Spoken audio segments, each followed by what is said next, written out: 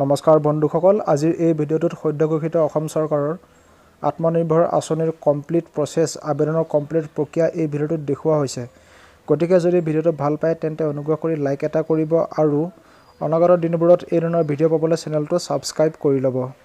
আঁচনিখন আবেদন কৰাৰ আগতে ইয়াৰ দৰকাৰী পইণ্টবোৰ এবাৰ চাই লওঁ আহক। আবেদনকাৰী অসমৰ স্থায়ী বাসিন্দা হ'ব লাগিব, লগতে 28ৰ পৰা 40 বছৰৰ ভিতৰত হ'ব লাগিব। লগতে জাতি জনজাতিৰ লোকসকলৰ বাবে বয়সৰ সীমা 43 বছৰলৈ শিথিল কৰা হৈছে। শিক্ষাগত অৰ্হতা সাধাৰণ শ্ৰেণীৰ বাবে মিনিমাম 10 পাছ হ'ব লাগিব আৰু পিছপৰা শ্ৰেণীৰ বাবে ক্লাছ 10লৈ পঢ়া হ'লেও হ'ব। আৰু লগতে ITI, পলিটেকনিক আৰু অন্যান্য ডিপ্ল'মাধাৰীসকলে ইয়াত বিশেষভাৱে স্থান পাব। লগতে আবেদনকাৰীৰ বেংক একাউণ্ট থাকিব লাগিব আৰু পূৰ্বতে বেংকৰ পৰা ঋণ লৈ ঋণ ডিফল্টাৰ হ'ব নোৱাৰিব।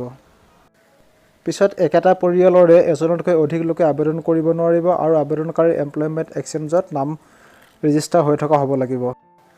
প্ৰয়োজনীয় নথিপত্ৰ হিচাপে আইডেণ্টি প্ৰুফত Aadhaar card, pan card, driving license এইবিলাকৰ যিকোনো এখন দিব পাৰিব। লগতে আবেদনকাৰীৰ এড্ৰেছ প্ৰুফ আৰু শিক্ষাগত অৰ্হতাৰ প্ৰমাণপত্ৰও ইয়াত বিচৰা হ'ব। আৰু এমপ্লয়মেণ্ট এক্সচেঞ্জৰ ৰেজিষ্ট্ৰেশ্যন কাৰ্ড, বেংকৰ পাছবুক আৰু পেন কাৰ্ড এইকেইটা ডকুমেণ্টছ বিচৰা হৈছে। এতিয়া আহিছোঁ অনলাইন প্ৰক্ৰিয়াটোলৈ। আবেদন কৰিবলৈ প্ৰথমে চাৰ্চ বাৰত টাইপ কৰিব আত্মনিৰ্ভৰ অসম অভিযান বুলি। ইয়াতে শ্ব' কৰা প্ৰথমটো লিংক চিফ মিনিষ্টাৰ্ছ আত্মনিৰ্ভৰ আসাম অভিযান আসাম ষ্টেট পৰ্টেল, এই লিংকটোত আপুনি ক্লিক কৰিব। এতিয়া এনেধৰণে আহিব। প্ৰথমে চাইন আপ বটনত ক্লিক কৰি ৰেজিষ্টাৰ কৰি ল'ব। ইয়াতে প্ৰথমত নিজৰ নাম, email ID, contact number, password আদিবোৰ লিখি কেপচা কোডটো ফিল আপ কৰিব আৰু চেণ্ড OTPত ক্লিক কৰি দিব। ইয়াতে OTPটো লিখি ছাবমিটত ক্লিক কৰিব আৰু লগতে আপোনাৰ সন্মুখত এই ধৰণৰ পেজ এটা খোল খাই আহিব। এতিয়া এই পেজটোত আপোনাৰ সম্পূৰ্ণ ডিটেইলছবোৰ ফিল আপ কৰিব, যেনে নাম, দেউতাকৰ নাম, gender, category, pan card number, Aadhaar number আদিবোৰ। ফৰ্মখন কমপ্লিট ফিল আপ কৰাৰ পিছত আপলোড ফটোগ্ৰাফ অপশ্যনত ক্লিক কৰি আপোনাৰ ফটোখন আপলোড কৰি ল'ব। এতিয়া আহিব আপোনাৰ পাৰ্মানেণ্ট এড্ৰেছ উইথ মোবাইল নং। ইয়াতে আপোনাৰ কমপ্লিট এড্ৰেছ ফিল আপ কৰিব।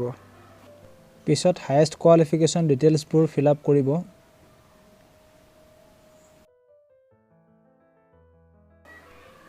ইয়াতে আপোনাৰ বেংকৰ একাউণ্টৰ ডিটেইলছবোৰ লিখিব। শেষত ডেক্লাৰেশ্যন অপশ্যনটো য়েছ কৰি ছেভ এণ্ড নেক্সট বাটনত ক্লিক কৰিব। এতিয়া য়েছ কৰি দিয়াৰ পিছতেই এই ধৰণে ৰেজিষ্ট্ৰেশ্যন ফৰ্মখন খোল খাই আহিব। ফৰ্মখন এবাৰ ভালকৈ চেক কৰি চাব, যদি কিবা ভুল হৈছে তাক শুধৰাই ল'ব। তাৰপিছত ছাবমিট বাটনত ক্লিক কৰি দিব। ছাবমিট বাটনত ক্লিক কৰাৰ পিছত এই ধৰণে ৰিচিপ্টখন জেনেৰেট হৈ আহিব। এই ৰিচিপ্টখনৰ এটা কপি আপুনি প্ৰিণ্ট কৰি ৰাখি থ'ব আৰু এই ৰিচিপ্ট নম্বৰৰ যোগেদি পিছলৈ আপুনি ফৰ্মখনৰ ষ্টেটাছ ট্ৰেক কৰিবৰ কাৰণে পাৰিব।